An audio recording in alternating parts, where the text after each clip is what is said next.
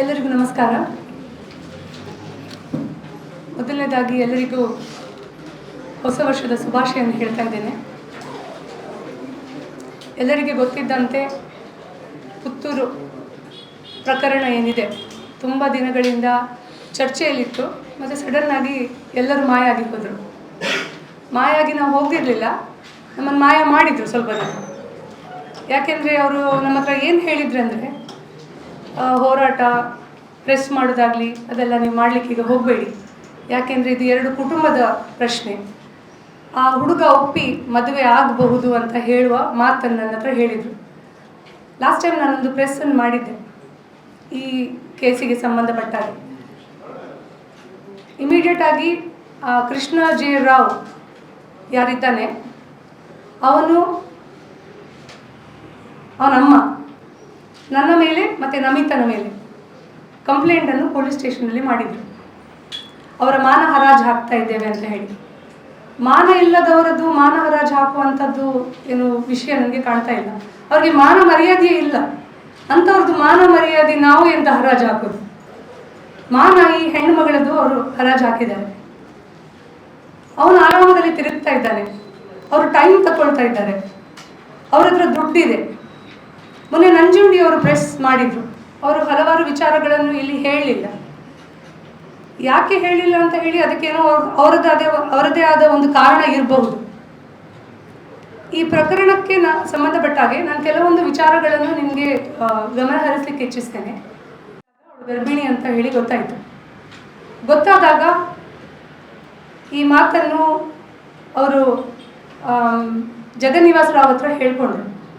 ಹೇಳುವಾಗ ಅವರೆಲ್ಲ ಇವರ ಮನೆಗೆ ಬಂದು, ಅವನಮ್ಮ ಜಗನ್ನಿವಾಸ ರಾವ್, ಅವನ ಅಕ್ಕ ಎಲ್ಲ ಇವ್ರ ಮನೆಗೆ ಬಂದು ಸಂಧಾನವನ್ನು ಮಾಡಿದರು. ಮಗುವನ್ನು ತೆಗಿಸಬೇಕು ಅಂತ ಹೇಳಿದರು. ಮಗು ತೆಗಿಸ್ಲಿಕ್ಕೆ 8 ಲಕ್ಷ ರೂಪಾಯಿ ದುಡ್ಡನ್ನು ಕೊಡ್ತೇನೆ ಅಂತ ಹೇಳಿದರು. 10 ಲಕ್ಷ ರೂಪಾಯಿ 10,000 ರೂಪಾಯಿ ಅಬೋಷನಿಗೆ ಅಂತ ಹೇಳಿ ನಮಿತನ ಅಕೌಂಟಿಗೆ ಗೂಗಲ್ ಪೇಯನ್ನು ಮಾಡಿದ್ದಾರೆ. ಬೇರೆ ಬೇರೆ ಹಾಸ್ಪಿಟಲ್ಸ್ಗೆ ಇವರನ್ನು ಕರ್ಕೊಂಡು ಹೋಗಿದ್ದಾರೆ. ಎಲ್ಲ ಹಾಸ್ಪಿಟಲ್ಗಳಲ್ಲಿ ಹೇಳಿದಿಷ್ಟೇ, ಈಗಾಗಲೇ ಮಗು 7.5 ತಿಂಗಳಾಗಿದೆ, ಮತ್ತು ಅಬೋಷನ್ ನಮ್ಮ ಹಾಸ್ಪಿಟಲಲ್ಲಿ ನಾವು ಮಾಡೋದಿಲ್ಲ ಅಂತ ಹೇಳಿ ಇವರನ್ನು ವಾಪಸ್ ಕಳಿಸಿದ್ರು.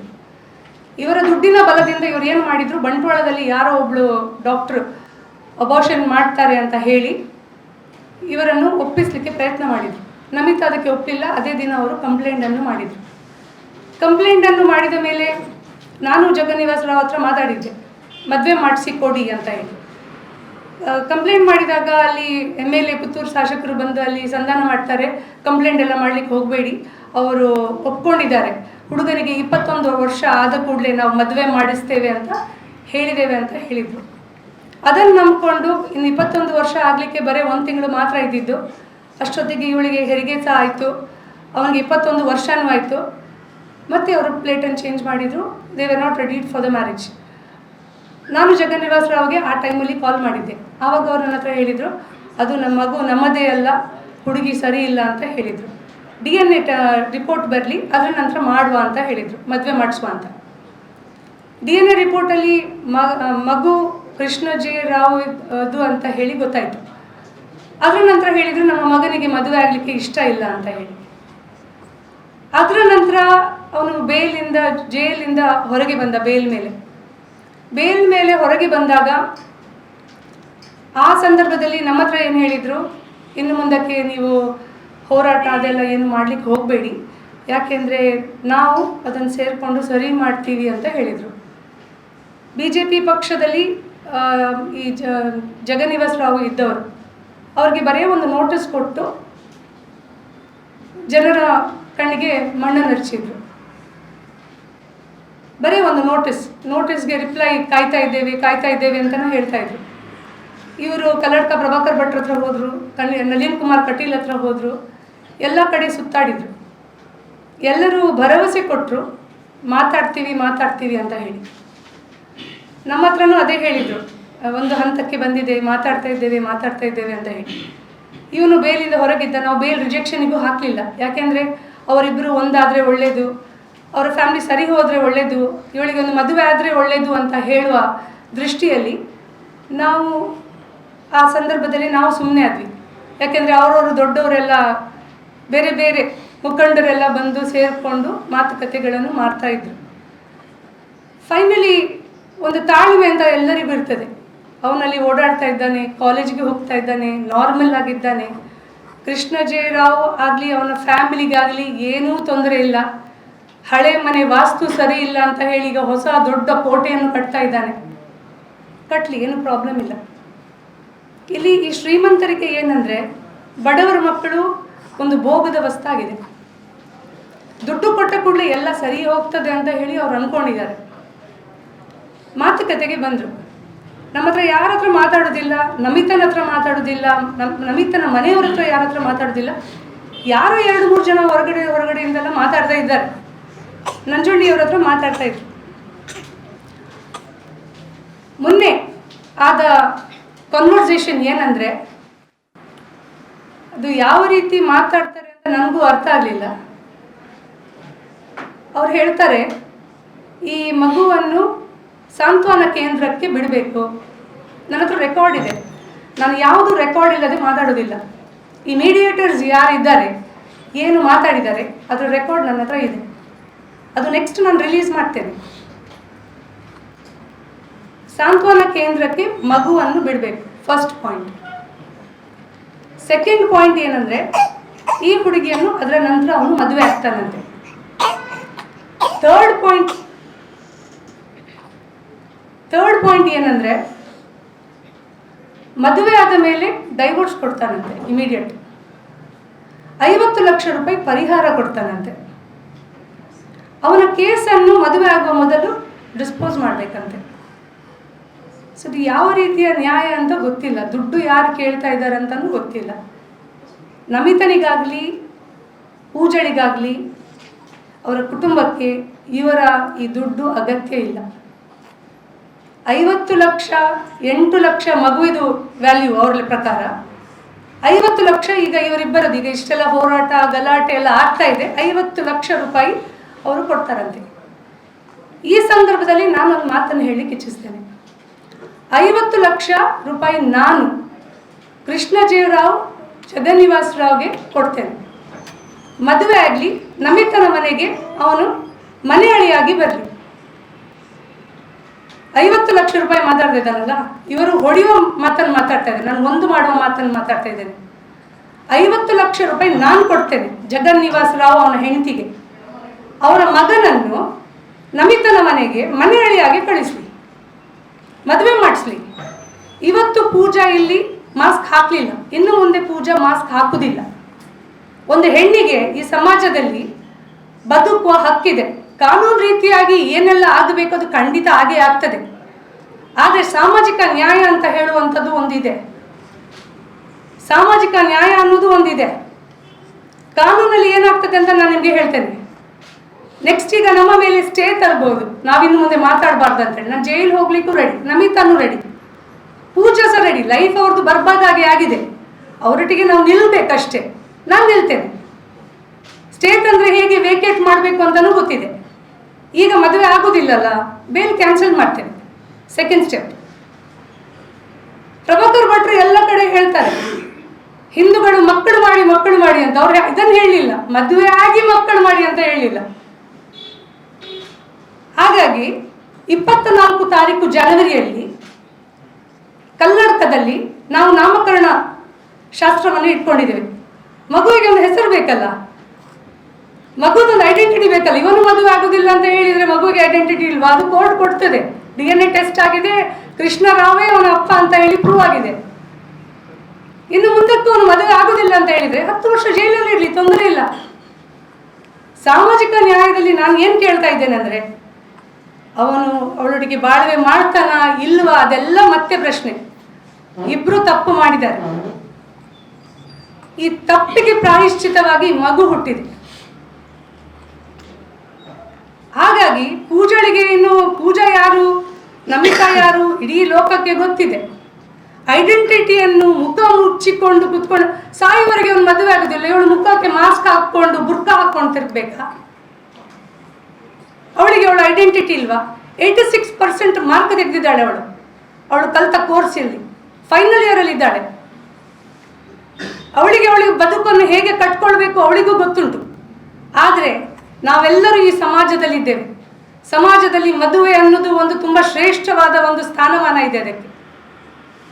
ಅವನು ಮದುವೆ ಆಗಲಿ, ಮದುವೆ ಆದ ಮೇಲೆ ಒಂದು ವೇಳೆ ಅವನಿಗೆ ಸರಿ ಹೋಗಲಿಲ್ಲ ಅಂತಾದರೆ, ಹೆಂಡತಿ ಜೊತೆ ಸಂಸಾರ ಮಾಡಲಿಕ್ಕೆ ಆಗುವುದಿಲ್ಲ ಅಂತಾದರೆ, ಅದರ ನಂತರ ಅದಕ್ಕೆ ಆದ ಕಾನೂನಲ್ಲಿ ಬೇಕಾದಷ್ಟು ವ್ಯವಸ್ಥೆಗಳಿದೆ, ಅದು ಮತ್ತೆ ಮಾತಾಡುವಂಥದ್ದು.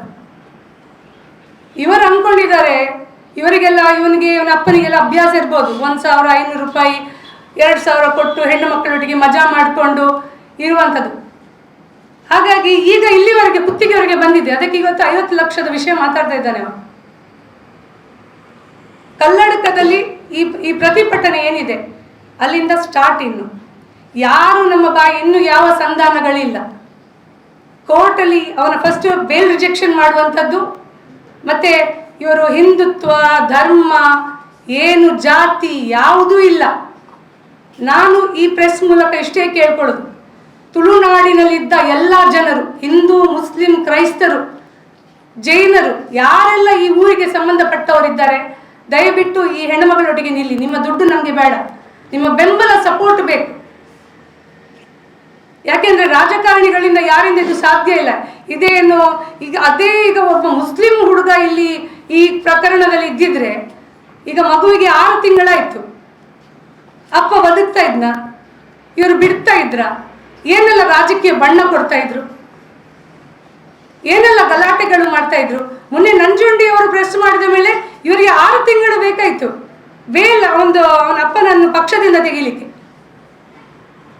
ಈ ಜಗನ್ನಿವಾಸ್ ರಾವನ್ನು ಅಥವಾ ಕೃಷ್ಣರಾವನ್ನು ಅಥವಾ ಅವನ ಅಮ್ಮನನ್ನು ಎಲ್ಲಿಯಾದ್ರೂ ಈ ಸಾಮಾಜಿಕವಾಗಿ ಎಲ್ಲಿಯಾದ್ರೂ ಸಂಘ ಸಂಸ್ಥೆಗಳಲ್ಲಿ ಅವನಿಗೆ ಹುದ್ದೆ ಕೊಟ್ಟಿದ್ದು ಅಂತ ಗೊತ್ತಾದ್ರೆ ಅಲ್ಲೇ ಬಂದು ನಾವು ಪ್ರತಿಭಟನೆಯನ್ನು ಮಾಡ್ತೇವೆ. ಇದು ಜಸ್ಟ್ ಒಂದು ಸ್ಟಾರ್ಟಿಂಗ್ ಪಾಯಿಂಟ್ ಇದು.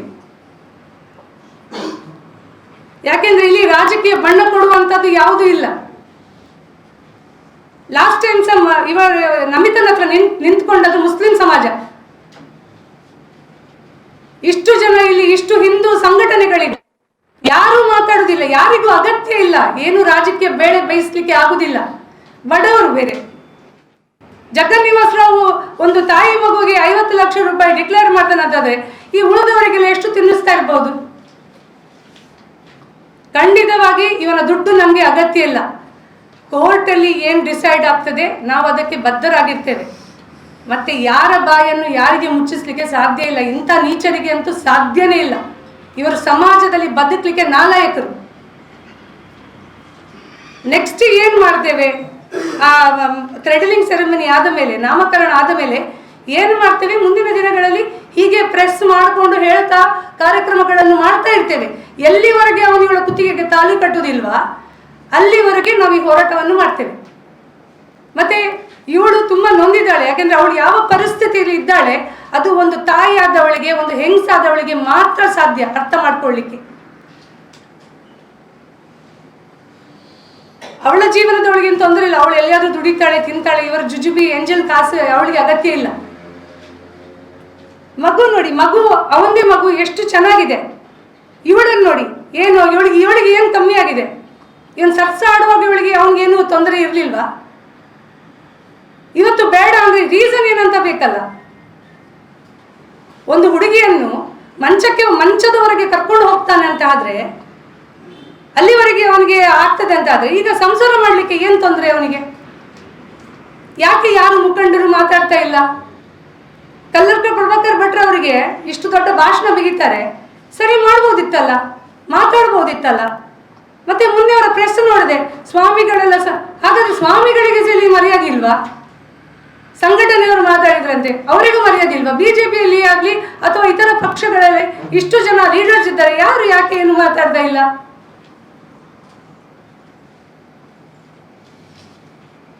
ಹಾಗಾಗಿ ನಾನು ಪತ್ರಿಕಾ ಮಾಧ್ಯಮದವ್ರ ಹತ್ರ ಇಷ್ಟೇ ಕೇಳ್ಕೊಳ್ಳೋದು, ನೀವೆಲ್ಲ ನಮಗೆ ಸಪೋರ್ಟ್ ಮಾಡಿ. ತುಳುನಾಡಿನ ಜನತೆ ಹತ್ರ ಇಷ್ಟೇ ಕೇಳೋದು, ನಮಗೆ ಜಾತಿ ಧರ್ಮ ಯಾವುದು ಬೇಡ, ಎಲ್ಲ ನೋಡಿ ಆಯ್ತು. ಎಲ್ಲ ಭಾಷಣಕ್ಕೆ ಮಾತ್ರ ಸೀಮಿತ, ಎಲೆಕ್ಷನ್ಗೆ ಮಾತ್ರ ಸೀಮಿತ, ರಾಜಕೀಯ ಮಾಡಲಿಕ್ಕೆ ಮಾತ್ರ ಈ ಧರ್ಮ ಜಾತಿ ಸೀಮಿತ ಆಗಿರುವಂಥದ್ದು. ನಮ್ಮಿದರೊಟ್ಟಿಗೆ ಅವರ ಸಮುದಾಯದವರು, ಈ ಊರಿನವರು ಯಾಕೆ ಬರ್ತಾ ಇಲ್ಲ? ಮೊನ್ನೆ ಒಬ್ರು ಫೋನ್ ಮಾಡಿ ಹೇಳ್ತಾರೆ ಇವರಿಗೆ, 50 ಲಕ್ಷ ತಗೊಳ್ಳುವ, ಸುಮ್ಮನೆ ಇರುವ ಅಂತ. ನಮಿತನಿಗೂ ಒಂದು ಫ್ಯೂಚರ್ ಇದೆ. ಅವಳು ನಾಳೆ ದಿನ ಒಂದು ವೇಳೆ ಇವನಿಗೆ ಸರಿ ಹೋಗ್ಲಿಲ್ಲ ಅಂತಂದ್ರೆ, ಈಗ ಎಷ್ಟೋ ಜನ ಡಿವೋರ್ಸ್ ಆಗ್ತಾರೆ, ಮತ್ತೆ ಮದುವೆ ಆಗ್ತಾರೆ, ಮತ್ತೆ ಸಂಸಾರ ಮಾಡ್ತಾರೆ. ಅವಳಿಗೂ ಒಂದು ಫ್ಯೂಚರ್ ಇದೆ. ಇವನು ಈ ಕಡೆ ಮದುವೆ ಆಗುದಿಲ್ಲ ಹೇಳೋದು, ಈ ಕಡೆ ಹಣದ ಆಮಿಷ ತೋರಿಸುವುದು. ಹಣದ ಆಮಿಷ ಇರ್ಬೇಕಂತಾದ್ರೆ ಆ ದಿನ 8 ಲಕ್ಷ ಕೊಡ್ತೇನೆ, ದುಡ್ಡು ಕೇಳಿದಷ್ಟು ಕೊಡ್ತೇವೆ ಅಂತ ಹೇಳುವಾಗ ಇವರೆಲ್ಲ ಒಪ್ಕೊಳ್ಬೇಕಿತ್ತು. ಇವ್ರದ್ದು ಏನು ಬೇಡ, ಆಸ್ತಿ ಬೇಡ, ಪಾಸ್ತಿ ಬೇಡ, ಏನು ಬೇಡ. ಅವನು ಸಾಮಾಜಿಕವಾಗಿ ನ್ಯಾಯ ಕೊಡಿಸ್ಲಿ, ಕಾನೂನಾತ್ಮಕವಾಗಿ ಏನು ನ್ಯಾಯ ಕೊಡಿಸ್ಬೇಕು ಅದು ಕೋರ್ಟ್ ಕೊಡ್ತದೆ. ಒಂದು ಹುಡುಗ, ಅವನ ಫ್ಯಾಮಿಲಿಯಲ್ಲಿರೋದು ಬರೀ 4 ಜನ. 4 ಜನರನ್ನು ಬಗ್ಗಿಸ್ಲಿಕ್ಕೆ ಈ ಸಮಾಜಕ್ಕೆ ತಾಕದಿಲ್ವಾ? ಆಗುದಿಲ್ವಾ? ಇದಿಷ್ಟು ಹೇಳಿ ನಾನು ನನ್ನ ಪ್ರೆಸನ್ನು ಮುಗಿಸ್ತೇನೆ. ಮಾತಾಡಲಿಕ್ಕಿದೆ.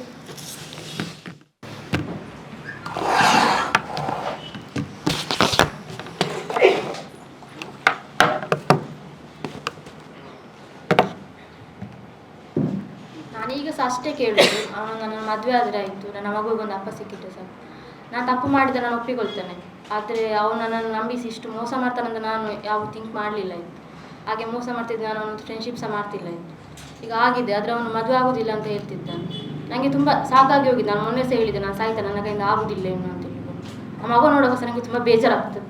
ಆ ಮಗು ನನ್ನ ಅಪ್ಪ ಯಾರಂತ ಕೇಳಿ ನಾನು ಎಂತ ಅಂತ ಹೇಳೋದು?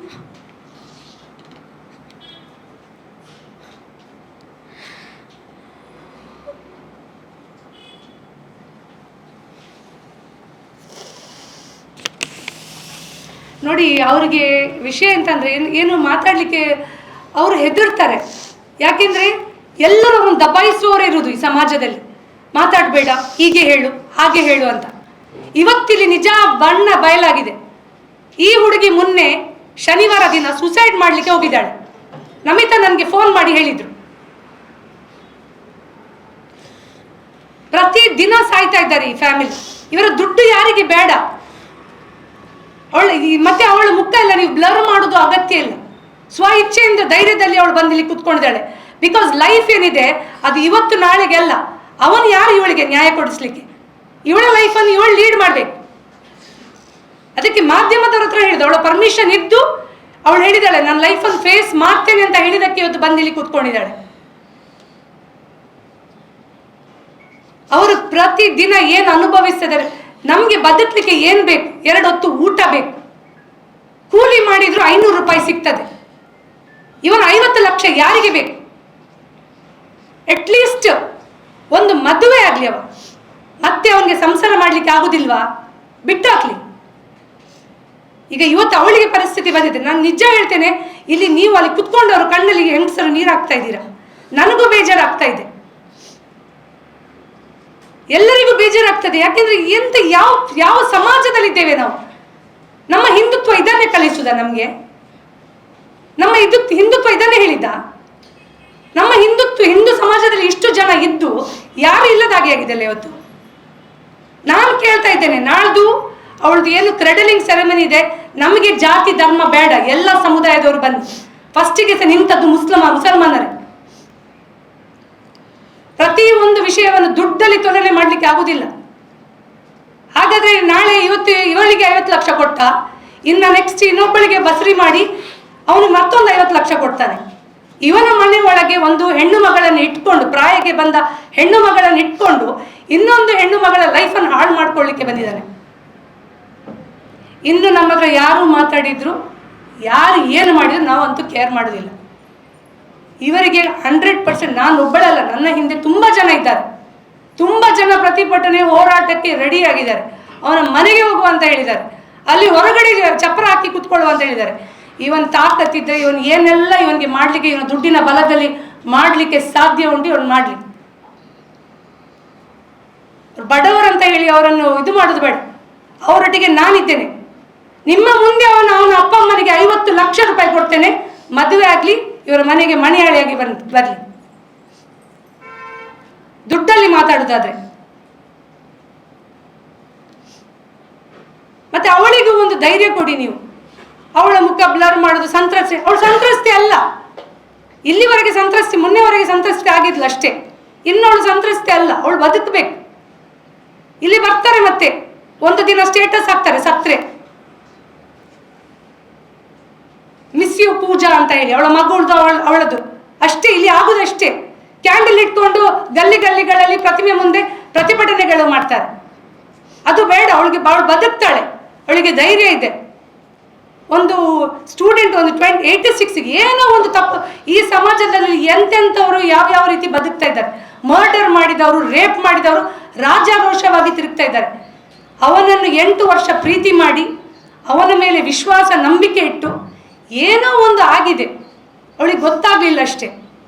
ಬೇರೆ ಹುಡುಗಿಯರಾದ್ರೆ ಟ್ಯಾಬ್ಲೆಟ್ ತಗೊಂಡು ಏನೋ ಒಂದು ಮಾಡ್ತಾ ಇದ್ರು, ಆ ಸ್ಮಾರ್ಟ್ನೆಸ್ ಅವಳಲ್ಲಿ ಇರಲಿಲ್ಲ.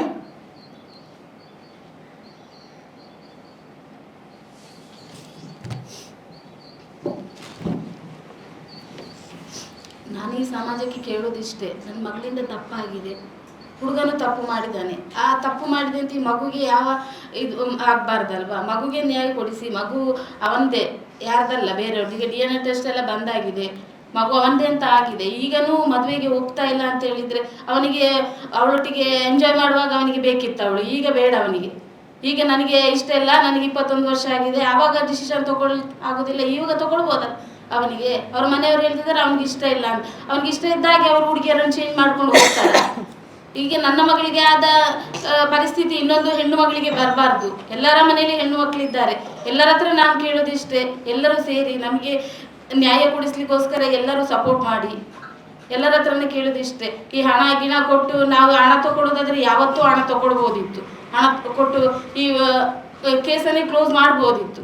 ಹಣ ಬೇಡ ನನಗೆ, ಮಗುವಿಗೆ ತಂದೆ ಬೇಕು, ಮಗಳಿಗೆ ಗಂಡ ಬೇಕು, ಅಷ್ಟೇ. ಇಷ್ಟುವರೆಗೆ ನಾವು ಕೇಳ್ತಿರೋದಷ್ಟೇ, ಈಗನೂ ಕೇಳೋದಷ್ಟೇ. ಅವ ಮದುವೆ ಆಗಬೇಕು. ಯಾಕೆ ಮದುವೆ ಆಗುದಿಲ್ಲ ಅಂತ ಒಂದು ಹೆಣ್ಣಿಗೆ ಹಾಗಾದ್ರೆ ಎಲ್ಲಿ ನ್ಯಾಯ ಇಲ್ಲ. ಕೋರ್ಟ್ ಬಿಡಿ, ಕೋರ್ಟ್ ಆದ್ರೆ ಇದು ಮಾಡ್ತಾ ಇರ್ತದೆ. ಆದರೆ ಈ ಸಮಾಜ ನಮಗೆ ನಮ್ಮೊಟ್ಟಿಗೆ ಸಹಾಯ ಮಾಡಬೇಕು, ಮಗಳಿಗೆ ನ್ಯಾಯ ಕೊಡಿಸ್ಲಿಕ್ಕೋಸ್ಕರ ನಾನು ಹೋರಾಟಕ್ಕೂ ರೆಡಿ ಇದ್ದೇನೆ. ಕಾನೂನು ಹೋರಾಟ ಮಾಡಲಿಕ್ಕೂ ನಾನು ರೆಡಿ ಇದ್ದೇನೆ. ಮಗಳಿಗೆ ನ್ಯಾಯ ಕೊಡಿಸ್ಲಿಕ್ಕೋಸ್ಕರ ಎಲ್ಲರೂ ನನ್ನ ಜೊತೆ ಸೇರಿ. ಇವ್ರ ಮಗುವನ್ನು ಅಲ್ಲಿ ಕೊಡೋದು ಇಲ್ಲಿ ಕೊಡೋದು ಅದೆಲ್ಲ ಅವಶ್ಯಕತೆನೇ ಇಲ್ಲ. ಮಗುವಿಗೆ ನಾವಿದ್ದೇವೆ, ಅವ್ರಿಗೆ ಮಗು ಅಗತ್ಯ ಇಲ್ಲದೆ ಇರ್ಬೋದು. ನನಗೆ ಈ ಮಗು ಬೇಕು, ನನ್ನ ಮಗಳು ಬೇಕು, ನಾನಿರುವ ತನಕನೂ ನಾನು ಸಾಕ್ತೇನೆ ಆ ಮಗುವನ್ನು. ಅವರಿಗೆ ಭಾರ ಆಗಿರ್ಬೋದು, ನಮಗೆ ಭಾರ ಆಗಲಿಲ್ಲ, ಆಗೋದು ಇಲ್ಲ.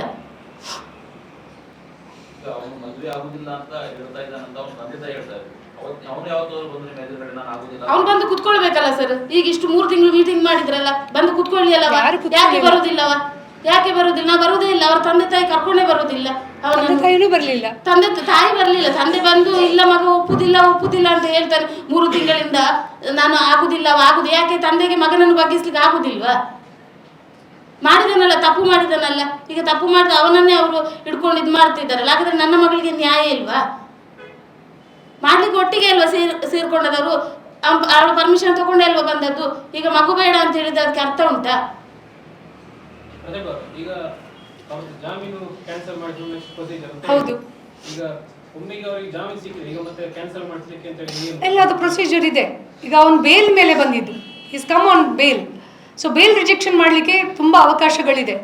ಅದಕ್ಕೆ ಪೂರಕವಾದ ಡಾಕ್ಯುಮೆಂಟ್ಸ್ ನಾವು ಅಲ್ಲಿ ಸಬ್ಮಿಟ್ ಮಾಡಿದರೆ ಆಟೋಮ್ಯಾಟಿಕ್ ಆಗಿ ಅವನ ಬೇಲ್ ರಿಜೆಕ್ಟ್ ಆಗ್ತದೆ. ಇಲ್ಲಿವರೆಗೆ ನಾವು ಯಾಕೆ ಇಮಿಡಿಯೇಟ್ ಆಗಿ ಆಗ್ತಾ ಇತ್ತು, ಬಟ್ ಇಲ್ಲಿವರೆಗೆ ನಾವು ಯಾಕೆ ಸುಮ್ಮನೆ ಇದ್ದಿದ್ದಂದರೆ ಒಂದೊಂದು ಸಲ ಈ ನೀಡ್ಸ್ ಟೈಮ್. ಅವ್ನು ಜೈಲಿಂದ ಬಂದಿದ್ದಾನೆ, ಅವನಿಗೂ ಸ್ವಲ್ಪ ಅರ್ಥ ಮಾಡಲಿಕ್ಕೆ ಸ್ವಲ್ಪ ಟೈಮ್ ಬೇಕು.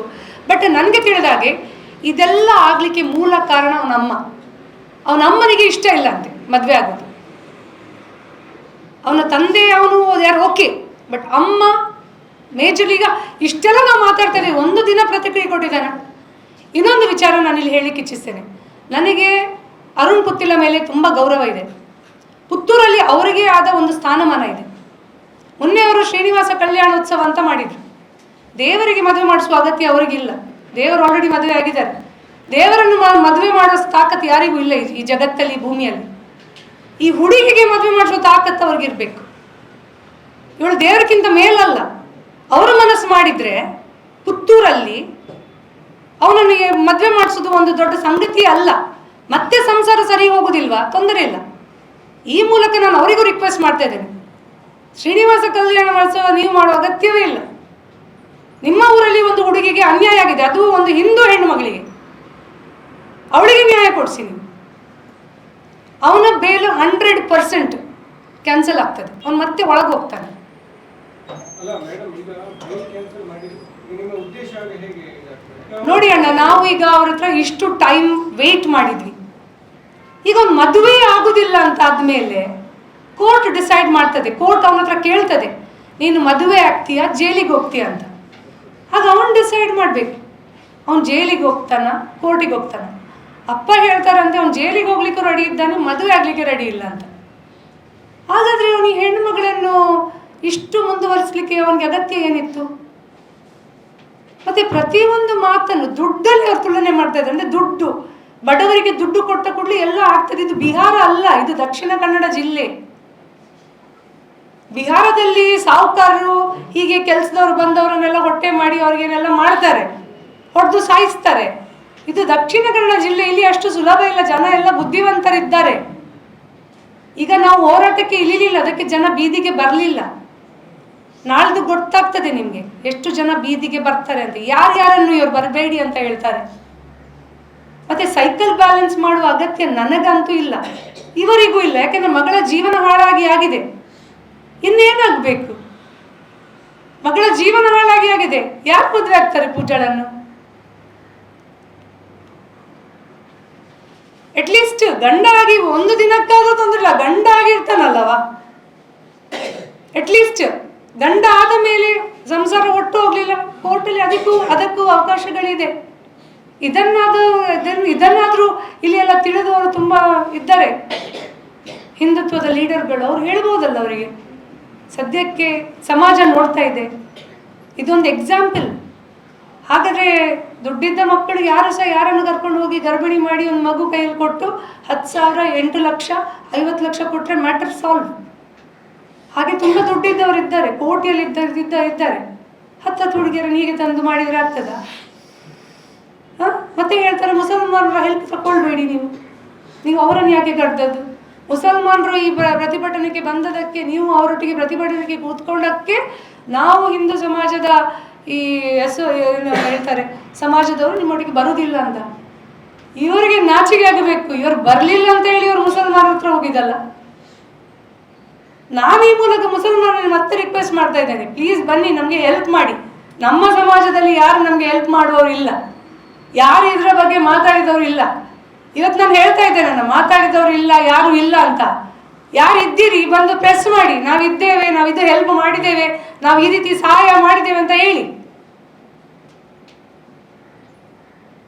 ನೀವು ನಾಮಕರಣವನ್ನು ಕಲ್ಲಡ್ಕದಲ್ಲಿ ಯಾಕೆ ಇಟ್ಕೊಂಡದಂದ್ರೆ ಕಲ್ಲಡ್ಕ ಪ್ರಭಾಕರ್ ಭಟ್ರು ಪ್ರತಿ ಸಲ ಹೇಳ್ತಾರೆ ಹಿಂದೂಗಳಿಗೆ ಮಕ್ಕಳು ಮಾಡಿ, ತುಂಬ ಮಕ್ಕಳು ಮಾಡಿ, ಮುಸಲ್ಮಾನರಿಗಿಂತ ಜಾಸ್ತಿ ಮಕ್ಕಳು ಮಾಡಿ ಅಂತ. ಅವ್ರು ಹೇಳಲಿಲ್ಲ ಮದುವೆ ಆದ ಮೇಲೆ ಮಕ್ಕಳು ಮಾಡಿ ಅಂತ ಹೇಳಲಿಲ್ಲ. ಕೃಷ್ಣರಾವ್ ಅವನದೇ ಒಂದು ಶಿಷ್ಯ ಅಲ್ಲ, ಅದನ್ನು ಅವನು ಪರಿಪಾಲನೆ ಮಾಡಿದ್ದಾನೆ. ಪರಿಪಾಲನೆ ಮಾಡಿ ಈಗ ಮಕ್ಕಳು ಮಾಡಿದ್ದಾನೆ. ಕಲ್ಲಡ್ಕದಲ್ಲಿ ನಾನು ಇನ್ನೊಂದು ಪ್ರೆಸ್ ಕರೆದು ನಿಮಗೆ ಟೈಮ್, ಡೇಟ್, ವೆನ್ಯೂ ಎಲ್ಲ ಹೇಳ್ತೇನೆ. 24th ನಾನು ಇಟ್ಕೊಂಡಿದ್ದೇನೆ. ಈಗ ಕಲ್ಲಡ್ಕ ಪ್ರಭಾಕರ್ ಭಟ್ರು ಜವಾಬ್ದಾರಿ ತಗೊಳ್ಬೇಕು. ಹಿಂದೂ ಹೆಣ್ಣು ಮಗಳು, ಅದು ಬೇರೆ ಧರ್ಮದಲ್ಲ, ಬೇರೆ ಧರ್ಮದ ಹೆಣ್ಣು ಮಗಳಲ್ಲ. ಹಿಂದೂ ಹೆಣ್ಣು ಮಗಳಿಗೆ ಅನ್ಯಾಯ ಆಗಿದೆ ಅವರದೇ ಶಿಷ್ಯನಿಂದ. ಕರೆಸಿ ಬುದ್ಧಿ ಹೇಳಿ ಒಂದು ಮದುವೆ ಆಗ ಮಾರೆ ಅಂತ ಹೇಳ್ಬೋದಲ್ಲ. ಅದು ದೊಡ್ಡ ವಿಷಯವ? ಅಷ್ಟೊಂದು ದೊಡ್ಡ ಲೀಡರ್ ಅವರು. ಒಂದು ಹುಡುಗನನ್ನು ಸರಿ ಮಾಡ್ಲಿಕ್ಕೆ ಆಗುದಿಲ್ಲ ಅಂತ ಯಾವ ಹಿಂದೂ ಸಮಾಜವನ್ನು ಸರಿ ಮಾಡುವವರು? ಇವ್ರದೆಲ್ಲ ಯೋಗ್ಯತೆ ಇದರಲ್ಲಿ ಗೊತ್ತಾಗ್ತದೆ. ಇವರು ಬರೇ ಭಾಷಣ ಹೇಳ್ಕೊಂಡು ಈ ಬ್ಯಾಕ್ವರ್ಡ್ ಹುಡುಗರೆಲ್ಲ ಇರ್ತಾರಲ್ಲ, ಅವರ ತಲೆ ಹಾಳು ಮಾಡಿಕೊಂಡು ಅವ್ರನ್ನ ಜೈಲಿಗೆ ಕಳಿಸೋದು ಮಾತ್ರ ಕೆಲಸ. ಎಲೆಕ್ಷನ್ ಟೈಮಲ್ಲಿ ಅವರನ್ನು ಇವರು ಕೊಳ್ಳೋದು, ಇವರನ್ನು ಅವರು ಕೊಳ್ಳೋದು. ಈ ಪ್ರೆಸೆಂಟ್ ಕಮಿಷನರ್ ಬಂದ ಮೇಲೆ ಎಲ್ಲ ಸರಿಯಾಗಿದೆ. ಈಗ ಫಸ್ಟಿಗೆ ಲೀಡರ್ಸ್ಗಳನ್ನು ತೆಗೆದು ಒಳಗಾಕ್ಬೇಕು. ಈಗ ಅದನ್ನು ಮಾಡ್ತಾ ಇದ್ದಾರೆ ಅವರು. ಅವರ ಮೇಲೆ ಕೇಸ್ ಆಗ್ತಾ ಇದೆ, ಹಾಗಾಗಿ ಈಗ ಮುಚ್ಕೊಂಡಿದ್ದಾರೆ. ಈಗ ಕಲ್ಲಡ್ಕ ಪ್ರಭಾಕರ್ ಅವರ ಯೋಗ್ಯತೆ ಉಂಟು ಅಂತಾದ್ರೆ ಈ ಹುಡುಗಿ ಮತ್ತೆ ಹುಡುಗನಿಗೆ ಮದುವೆ ಮಾಡಿಸ್ಬೇಕು. ತಾಕತ್ತಿಲ್ಲ ಅಂತಾದ್ರೆ ಅವ್ರು ಯಾವ ಸೀಮೆ ಲೀಡರ್ ಅವರು? ಹಿಂದೂ ಲೀಡರ್ ಅವರು. ಅವರನ್ನು ಹೇಗೆ ಒಪ್ಕೊಳ್ಳೋದು? ಅವರು ಏನೂ ಮಾಡದೆ ಮುಸಲ್ಮಾನರ ಹತ್ರ ಹೋಗಬೇಡಿ, ಅವರ ಸಂಘಟನೆಗೆ ಹೋಗಬೇಡಿ, ಅವ್ರ ಹತ್ರ. ನಮಗೆ ಬೇಕಲ್ಲ, ನಮಗೆ ಜನ ಸಪೋರ್ಟ್. ನಮಗೆ ಮುಸಲ್ಮಾನ ಹಿಂದೂ ಯಾರೂ ಇಲ್ಲ, ಎಲ್ಲರೂ ಮನುಷ್ಯರೇ. ಸಪೋರ್ಟ್ ಮಾಡೋರು ಬೇಕಲ್ಲ, ಇವಳಿಗೆ ನ್ಯಾಯ ಸಿಗ್ಬೇಕಲ್ಲ.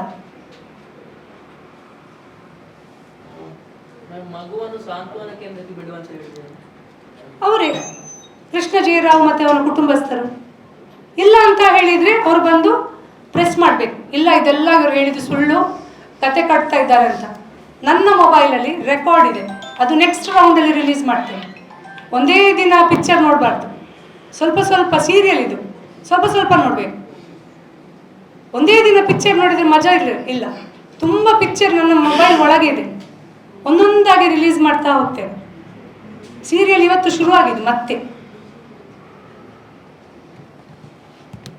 ಯಾರು ಕಮ್ಯುನಿಕೇಟ್ ಮಾಡಿದಾರಲ್ಲ, ದುಡ್ಡಿದ ವಿಷಯ, ಮಗುವಿದ ವಿಷಯ, ಮತ್ತು ಕೇಸ್ ವಾಪಸ್ ತಗೊಳ್ಳೋದು, ಮತ್ತು ಡಿವೋರ್ಸ್ ಮಾಡಿಸೋದು, ಇದೆಲ್ಲ ಇದೆ ಇಲ್ಲಿ ಒಳಗೆ. ಅದನ್ನು ರಿಲೀಸ್ ಮಾಡ್ತೇನೆ ನಾನು ನೆಕ್ಸ್ಟ್. ಅವರ ಪ್ರತಿಕ್ರಿಯೆಯನ್ನು ಕಾಯ್ತೇನೆ. ಅವ್ರ ಪ್ರತಿಕ್ರಿಯೆ ಕೊಡೋದಿಲ್ಲ, ಮಾನ ಮರ್ಯಾದೆ ಕೆಟ್ಟವರಲ್ಲ, ಹಾಗೆ ಅವ್ರ ಪ್ರತಿಕ್ರಿಯೆ ಮಾಡೋದಿಲ್ಲ. ಅವರು ನಮಗೆ ಅವರ ಮಾನ ಹರಾಜು ಮಾಡಿದ್ದೇವೆ ಅಂತೇಳಿ ನನ್ನ ಮೇಲೆ, ನಮಿತನ ಮೇಲೆ ಹೋಗಿ ಕೇಸ್ ಕೊಡ್ತಿದ್ದಾರೆ. ಏನಿಲ್ಲ, ನನ್ನನ್ನು ಕರೀಲೇ ಇಲ್ಲ. ನಮಿತ ಬೇಡವರಲ್ಲ ಪಾಪ, ಅವ್ರ ಹತ್ರ ಏನಿದೆ, ಯಾರ ಬೆಂಬಲನಿಲ್ಲ, ಏನಿಲ್ಲ. ಅವರನ್ನು ಕರೆಸಿದ್ದಾರೆ ಸ್ಟೇಷನಲ್ಲಿ, ಕರೆಸಿ ಏನು ಹೇಳಲಿಲ್ಲ ಪಾಪ ಅವರು ಸಹ. ಈ ರೀತಿ ನಿಮ್ಮ ಮೇಲೆ ಕೇಸ್ ಆಗಿದೆ, ಜಸ್ಟ್ ಇಲ್ಲಿ ಒಂದು ಸೈನ್ ಹಾಕಿ, ಅದು ಅವರು ಫಾರ್ಮಾಲಿಟಿ ಇರ್ತದಲ್ಲ ಪೊಲೀಸ್ ಸ್ಟೇಷನಲ್ಲಿ, ಅದನ್ನು ನನ್ನ ಹತ್ರ ಮಾಡಲಿಲ್ಲ. ಅವನಮ್ಮ ಕೊಟ್ಟದಂತೆ, ಅವರ ಮರ್ಯಾದೆ ಹರಾಜು, ಮರ್ಯಾದೆ ಇವರೇ ತೆಗೆಯೋದು ಇವರದು. ಇವರಿಗೆ ಮರ್ಯಾದೆ ಇರ್ತಾ ಇತ್ತು ಮಗನನ್ನು ತಂದು ಮದುವೆ ಮಾಡಿಸಿದ್ರೆ. ಮತ್ತೆ ನಮ್ಮ ಬಾಯಿ ಮುಚ್ಚಲಿಕ್ಕೆ, ನನ್ನ ಬಾಯಿ ಅಂತ ಮುಚ್ಚಲಿಕ್ಕೆ ಸಾಧ್ಯವೇ ಇಲ್ಲ ಇವ್ರ ಹತ್ರ, ಖಂಡಿತ ಸಾಧ್ಯ ಇಲ್ಲ. ನಮಿತನ ಬಾಯಿ ಮುಚ್ಚಲಿಕ್ಕೆ ಸಹ ಸಾಧ್ಯ ಇಲ್ಲ. ಇನ್ನು ನಾವು ಯಾರ ಮಾತನ್ನು ಕೇಳೋದಿಲ್ಲ, ಕಾನೂನಾತ್ಮಕವಾಗಿ ಏನಾಗಬೇಕು ಅದು ಆಗ್ತದೆ. ಮ್ಯಾಕ್ಸಿಮಮ್ ಏನು ಸ್ಟೇ ತರ್ಬೋದಲ್ಲ. ನನ್ನಂತ ಇನ್ನೂ 10 ಜನ ಹುಡ್ತಾರೆ ಇಲ್ಲಿ ಈ ಜಿಲ್ಲೆಯಲ್ಲಿ ಮಾತಾಡಲಿಕ್ಕೆ, ಇವಳ ಪರವಾಗಿ ರೆಡಿ ಇದ್ದಾರೆ. ಈಗ ಬೇಡ ಅಂತ ಕೂತ್ಕೊಂಡದ್ದು, ಯಾಕೆಂದರೆ 2 ಫ್ಯಾಮಿಲಿ ಮಧ್ಯೆ ನಾವು ಮಾತಾಡಿ, ಮತ್ತು ಇದರಲ್ಲಿ ಯಾವ ಪೊಲಿಟಿಕಲ್ ಬೇಳೆ ಬೇಯಿಸ್ಕೊಳ್ಳಿಕ್ಕೂ ಇಲ್ಲ, ಏನೂ ಇಲ್ಲ. ಅವಳಿಗೆ ನ್ಯಾಯ ಸಿಗ್ಬೇಕಷ್ಟೇ. ಈಗ ಮದುವೆಯಾಗಿ ಒಂದು ದಿನ ಇದ್ರೆ ಸಾಕು ಅಂತ ನೀವು ಹೇಳ್ತೀರಲ್ಲ, ಹಾಗೆ ಒಪ್ಕೊಳ್ತೀರಾ? ನೋಡಿ, ಒಂದು ಹೆಣ್ಣು ಮಗಳಿಗೆ ಮದುವೆ ಅನ್ನೋದು ತುಂಬ ಇಂಪಾರ್ಟೆಂಟ್ ಆಗಿರ್ತದೆ. ಈಗ ಇವಳಿಗೆ ಮದುವೆ ಆಗಲಿಲ್ಲ, ಮಗು ಇದೆ. ನೆಕ್ಸ್ಟ್ ಇವಳು ಮದುವೆ ಆದ್ಲು ಅಂತ ಅಂದ್ಕೊಳ್ಳಿ, ಯಾರೋ ಬಂದು ಇವಳನ್ನು ಮದುವೆ ಆದ್ಲು, ಇವಳಿಗೆ ಒಂದು ಬಾಳ್ವೆ ಕೊಟ್ಟರು ಅಂತ ಅಂದ್ಕೊಳ್ಳಿ. ಆವಾಗ ಇವನು ಬಂದು ಅಲ್ಲಿ ಮತ್ತೆ ಕಿರಿಕಿರಿ ಮಾಡಿಕೊಂಡ್ರೆ, ಮದುವೆ ಅಂತ ಆಗಬೇಕಲ್ಲ ಈ ಸಮಾಜದಲ್ಲಿ. ಮದುವೆ ಅನ್ನೋದು ಒಂದು ಆಗಲೇಬೇಕು. To have a legal relation, to have a legal marriage, ಮದುವೆ ಅಂತ ಆಗಬೇಕಲ್ವಾ. ಈಗ ಅವನಿಗೆ ಇಷ್ಟ ಇಲ್ಲ ನೋಡಿ, ಮದುವೆ ಆಗದೆ ಇವಳೊಟ್ಟಿಗೆ ಸಂಸಾರ ಮಾಡಲಿಕ್ಕೆ ಆಗುದಿಲ್ಲ ಅಂತ ಹೇಗೆ ಹೇಳ್ತಾನೆವ?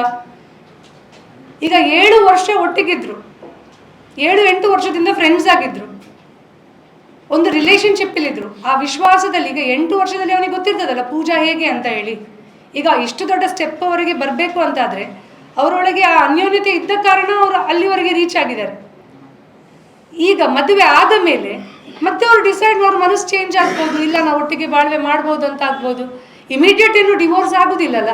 ಈಗ ಅವನಿಗೆ ಬೇಡ ಅಂತ ಆದರೂ ಈಗ ಅವರೇನು ಹೇಳ್ತಾ ಇರೋದು, ಮದುವೆ ಮಾಡಿ ಫಸ್ಟಿಗೆ ಮಗುವನ್ನು ಸಾಂತ್ವನ ಕೇಂದ್ರಕ್ಕೆ ಕೊಡಬೇಕಂತೆ. ಯಾಕೆ? ನಮಿತ ಗಟ್ಟಿದ್ದಾರೆ, ಅವರಿಗೆ ಒಂದು ಸಣ್ಣ ಮಗಳಿದ್ದಾಳೆ, ಆ ಮಗು ಒಟ್ಟಿಗೆ ಇವರನ್ನು ಸಾಕ್ಲಿಕ್ಕೆ ಏನು ಕಷ್ಟ ಇಲ್ಲ, ನಮಿತ ಸಾಕ್ತಾರೆ. ಅವರ ಮನೆಯ ಮಗುವನ್ನು ಅವ್ರು ಯಾರಿಗೆ ಸಾಂತ್ವನ ಕೇಂದ್ರಕ್ಕೆ ಯಾಕೆ ಕೊಡ್ತಾರೆ? ಒಂದು ಪಾಯಿಂಟ್. 2ನೇ ಪಾಯಿಂಟ್, ಮದುವೆ ಆಗ್ತಾನೆ, ಮದುವೆ ಆಗುವ ಮೊದಲು ಅವನ ಮೇಲಿದ್ದ ಕೇಸನ್ನು ವಾಪಸ್ ತಗೊಳ್ಬೇಕಂತೆ. ಅದು ಕಾನೂನಲ್ಲಿ ಅದಕ್ಕೆ ಅವಕಾಶ ಇಲ್ಲ. ಇವಳು ವಾಪಸ್ ತಗೊಳ್ತಾಳೆ ಅಂತ ಆದರೂ ಕಾನೂನಲ್ಲಿ ಅದಕ್ಕೆ ಅವಕಾಶ ಇಲ್ಲ. ಯಾಕೆಂದರೆ ಇದು ಇಲ್ಲಿವರೆಗೆ ರೀಚ್ ಆಗಿದೆ ಈ ಕೇಸ್. ನೆಕ್ಸ್ಟ್ ಮದುವೆ ಆಗ್ತಾನೆ, ಮದುವೆ ಆದ ಮೇಲೆ ಇಮಿಡಿಯೇಟ್ ಡಿವೋರ್ಸ್ ತಗೊಳ್ತಾನಂತೆ, ಮತ್ತು ಅವನು 50 lakh rupees ಕಂಪನ್ಸೇಷನ್ ಕೊಡ್ತಾನಂತೆ. ಸೊ ಇದೆಲ್ಲ ಸಾಧ್ಯ ಉಂಟಾ? It is not possible. ಅವನು ಮದುವೆ ಆಗಬೇಕು ಫಸ್ಟಿಗೆ, ಮತ್ತೆ ಅವನಿಗೆ ಎಷ್ಟೋ ಕೋರ್ಟಲ್ಲಿ ಅವನ ಕೇಸ್ ಅಂತೂ ವಾಪಸ್ ತಗೊಳ್ಳೋದಿಲ್ಲ.